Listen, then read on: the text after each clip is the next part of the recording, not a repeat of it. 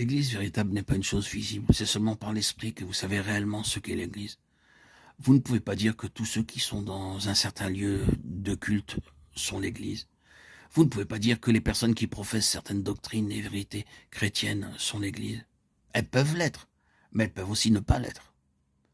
Mais si vous vous rencontrez dans l'Esprit, et c'est quelque chose d'intangible, vous avez l'Église. L'Église est ainsi, c'est son caractère céleste. Elle aspire vers le haut,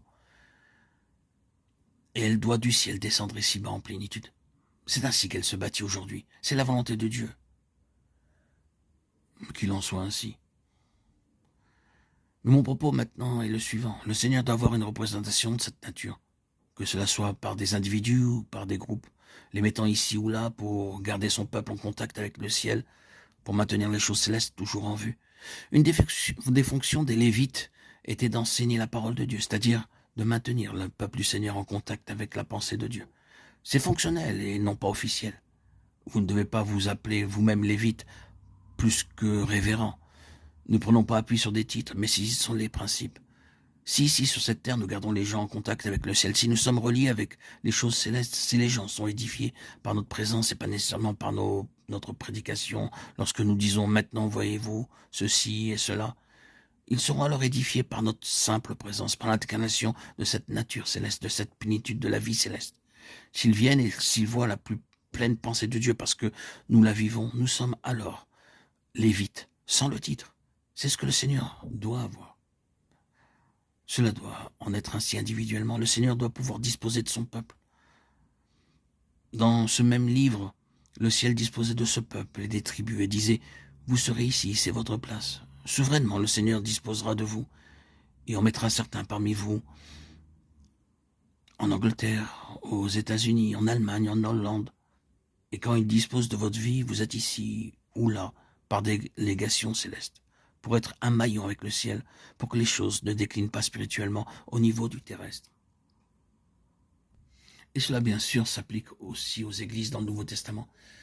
C'est la divine pensée d'avoir des compagnies composées du peuple du Seigneur, plantées ici et là et partout ailleurs, comme un ministère lévitique corporatif, pour que le ciel soit tout proche et pour garder les choses près du ciel. Oh, que chaque église puisse être comme cela, gardant les choses près du ciel.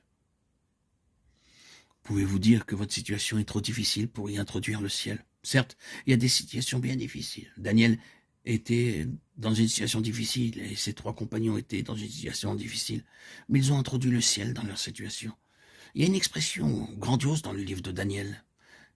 C'est « les cieux gouvernent », Daniel 4, 26. Et il le prouvait, le quartier général est dans le ciel. Et il n'est ni à Babylone, ni à Rome, ni à Jérusalem, ou nulle part ailleurs, mais dans le ciel. Que le Seigneur nous aide à vivre dans le ciel et du ciel.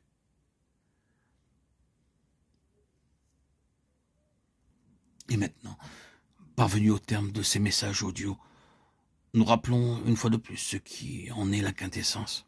Dieu a une finalité qui le satisfera complètement, la plénitude de Christ.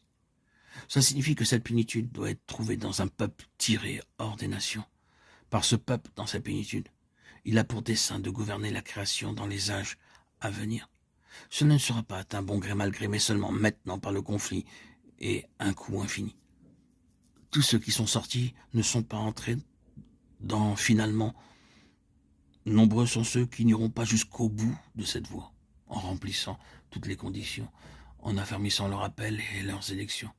Mais ils entreront dans le royaume pour hériter avec une mesure différente, plus petite ou plus grande, jusqu'à la plénitude du dessein.